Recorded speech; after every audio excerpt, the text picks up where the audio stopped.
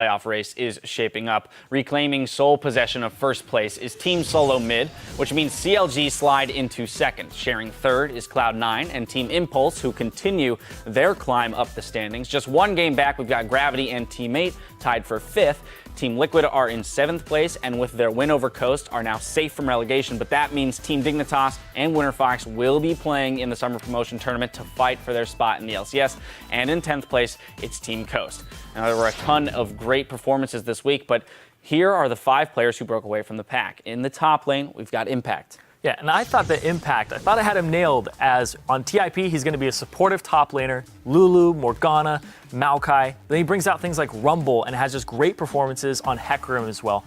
He's the top lane for this week. And then we move into the jungle and we find Meteos. Yeah, and Meteos kind of marched to the beat of his own drum this week. That Vi game he had where he did not build Sweeper, where he went full damage and just carried the game. And then even though in a defeat, his Nunu was very strong, 5 of the first 6 jungle buffs went to Cloud9, and thanks to Meteos' counter jungling on Nunu.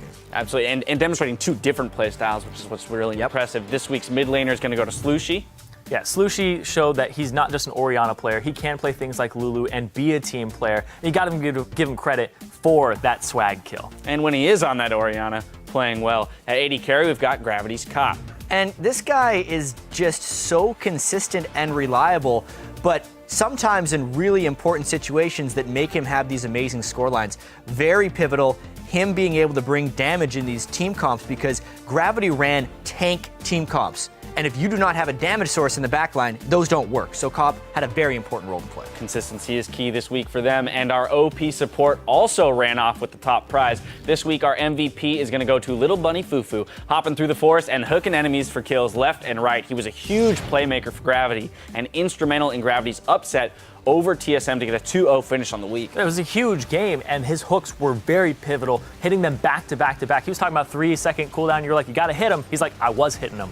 It was almost like one of those games of NBA Jam when you become on fire and every single shot goes in. You rain them from half court. They're half court, yeah, just boom, like suddenly his hook goes twice as far. Right. They're twice as it's twice as wide, twice as far. Everything, yeah. And then his Morgana as well. You know, that's nothing to take away from his Morgana play to following up on Thresh. So fantastic play by him, snagging that MVP, much deserved. Now, our final week of the regular season spring split action kicks off next Wednesday with the European and North American Challenger Series. Then set yourself a reminder because you won't want to miss an all-new primetime league. And on Thursday, the European LCS hits your browsers, starting with the Copenhagen Wolves versus Rocat. Then it's a battle for second place between Fnatic and H2K. The action in North America will return Saturday with Gravity versus Cloud9, followed by Teammate taking on CLG, and we'll conclude the day with Team Impulse versus Team Dignitas. Now that's going to do it for us here in LA. So for myself and the entire live broadcast crew, thank you for watching and good night.